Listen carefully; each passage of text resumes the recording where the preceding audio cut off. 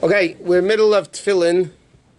Yesterday we're learning that you have to buy Tefillin, make sure you buy Tefillin from a very reliable person, because if they're not kosher, not only you're not getting the mitzvah of Tefillin, but in addition to that you're making all those brachas in vain because you weren't chasing the mitzvah of Tefillin.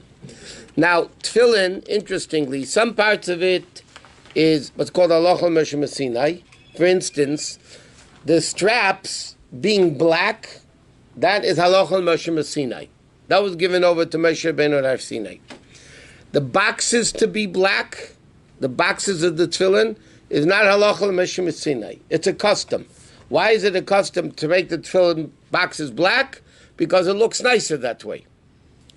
So in other words, it's more important halachically that the straps are black than the boxes of the Tefillin are black, because one is mamash halacha Moshe Sinai, and one is what's called zakeli vanveo, just to beautify the aspect of the mitzvah. Okay, next. Now, a person has to be very careful in the tefillin. Okay, the Gemara says like this. There's a pasuk, it says, "V'ro kol ami aretz ki shem Hashem nikra lecha v'yaru mimeka." Literally means all the nations of the world will see that Hashem's name is called upon you, and they will fear you. So the Gemara says in a few places, Amar Rabbi Lazar, Zau Tefillin Shabarosh. Where's the name of God being called on the people? That's the head tefillin. Why the head tefillin?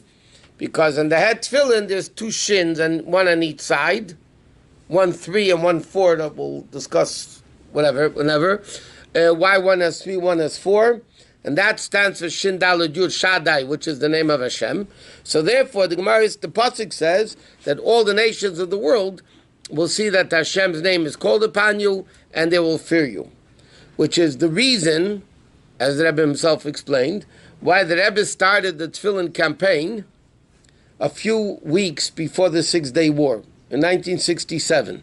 The Rebbe started the Tefillin campaign, that everybody should get people to put on tefillin, and he said what the Torah basically says, that if a Jew in America puts on tefillin, any enemy anywhere in the world will be fearful of the Jews.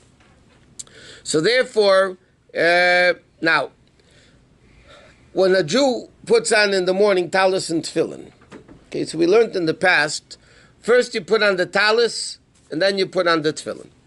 Halachically, why do you put on the talis first and then the tefillin?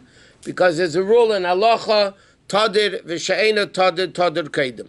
If you have opportunity to do 2 mitzvahs, one is more common and the other one is less common, you do the more common one first. So simply, talis we wear 7 days a week. Tefillin we don't wear on Shabbos, we wear it 6 days a week. So halachically, why do we first put on tefillin, talis, and then tefillin?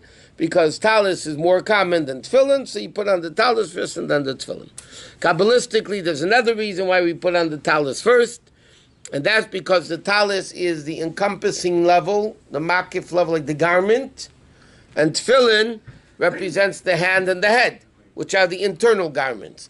So first you bring down the makif level, the encompassing level, and then you internalize it by putting on the tefillin, the hand tefillin and the head tefillin.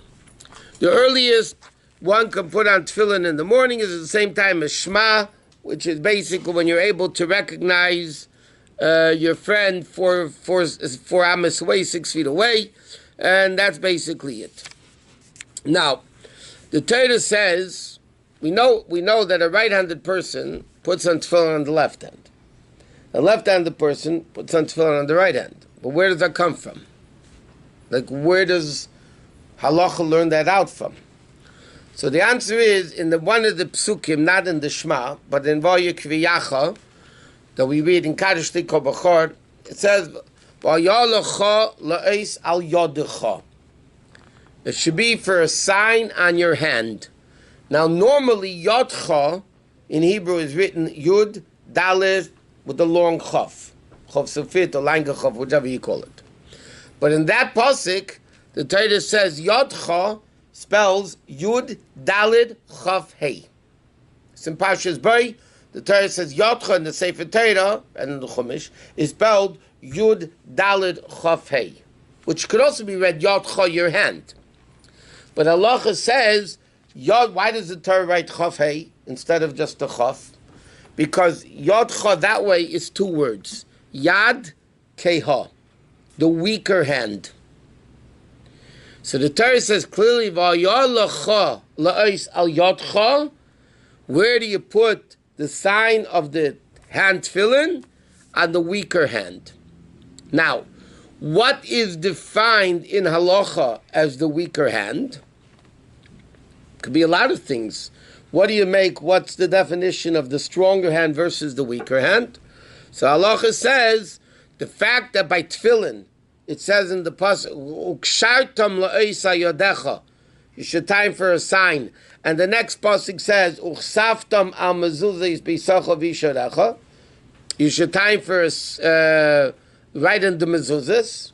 So the Gemara says the fact that the Torah puts tying tefillin to writing a mezuzah, the definition in halacha of a right-handed person or a left-handed person is one which hand he writes with.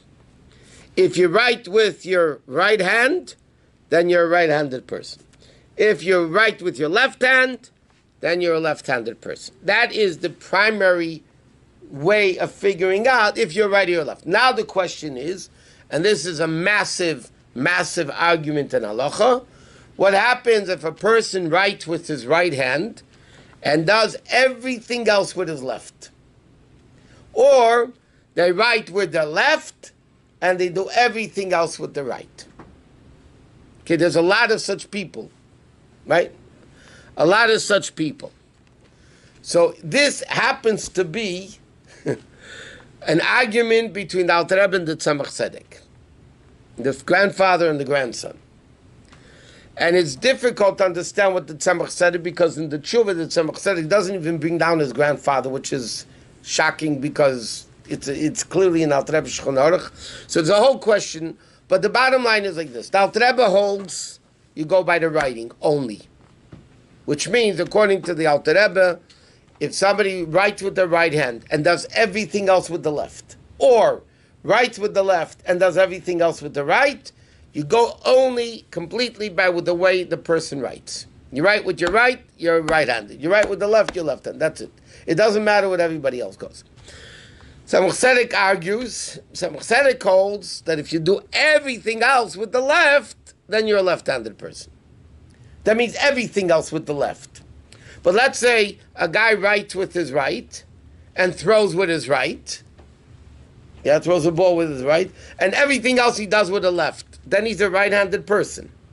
This case is only when you do only writing and everything else you do with the opposite hand. Lepel, what's the Chabad custom? It depends which person you ask when you ask them. But Lepel, most of the Lavavish Rabbanim hold that you go completely like the Alter Rebbe, not like the Tzemach Tzedek, that you go by the hand you write with.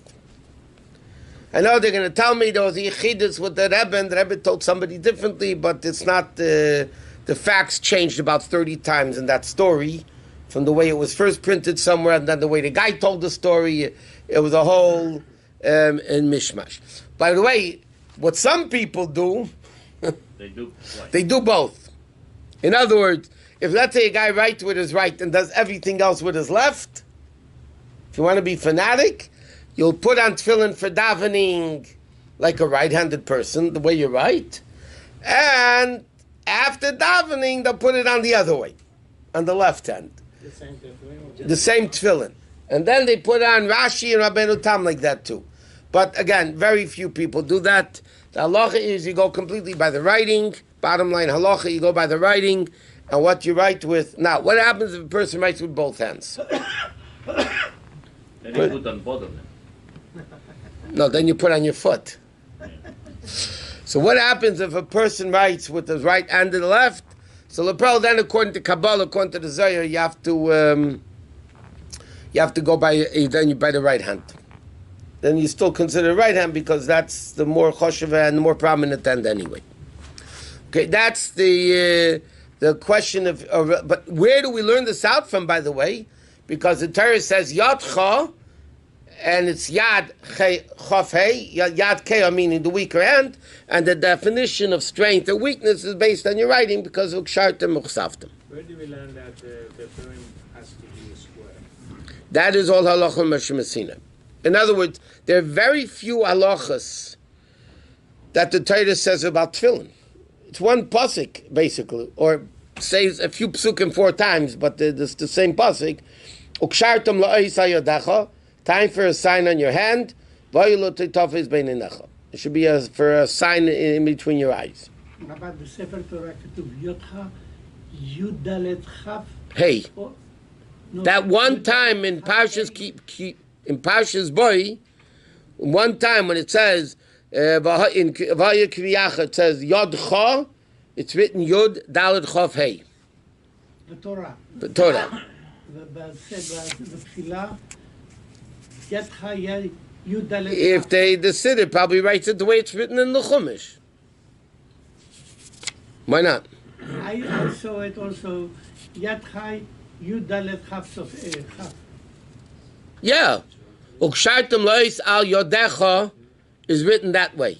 Yeah. But one time the Torah writes Yud Dalet Chaf Hey. So why is the Torah writing the Yud Dalet Chaf Hey? To teach us. Now, there's another interesting difference. There's a bunch of differences. According to Kabbalah, and this is what the Sfardim do, by the way. What the Sfardim do is they put on the hand tefillin sitting, and then they stand and put on the head tefillin. Shulchan Aruch brings it down, by the way, that al pi Kabbalah, that's what you do. The pearl, the minig in Chabad is that we put on both standing, the hand tefillin and the head tefillin both standing. And there was a rumor one time that the Rebbe would put on the hand tefillin sitting, but then there's somewhere from the Rebbe answered somebody, I also stand by the hand tefillin also. So I don't know what that's supposed to mean, but Chabad, the minig is we stand for both. Question. And that, what? When you say Chashuk goes first, how come we don't put the head first? Oh, why? That's a good question. Why don't you put the head tefillin first? Not only that, when we take off the tefillin, we take off the head tefillin first. So first of all, the order in the pasuk is Ukshartam la'ois hayodecha v'hayu l'teitafes beinenecha. Right? So the order in the pasuk is like that. Why is the order in the pasuk like that, by the way? Because there's a rule in Torah, you go up in Kedusha, you don't go down. The head tefillin are holier than the hand tefillin. Why? The hand tefillin is one box, one long parchment of 4 portions written on it. And the head tefillin is like, you see, it's 4 sections. It's 4 bottom. So the fact that the head tefillin have 4 sections versus the one that the hand tefillin has, so the head tefillin are holier. Therefore, for instance, you can't take a strap from the head tefillin and use it for the hand tefillin, because then you're going down in Kedusha. You could take a strap of the hand tefillin and use it for the head, because then you're going up, but you can't go down in Kedusha. That's number 1.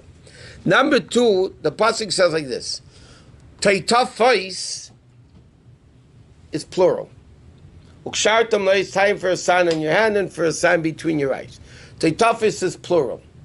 The fact that the Torah uses the word plurally, plural, Teitafos, means that when it's on your head, you should be having 2 pairs. In other words, that when you have it on the head, there should be also the hand tefillin. Because teitafos mean plural. That means when you're wearing it on the head, so then you should be having 2 tefillins, the hand and the head. But lepel, what happens halacha if somebody doesn't have a hand? God forbid. Or the hand is all casted up, whatever, and then you can't put on, we're going to get into those dinim, and you can't put on tefillin.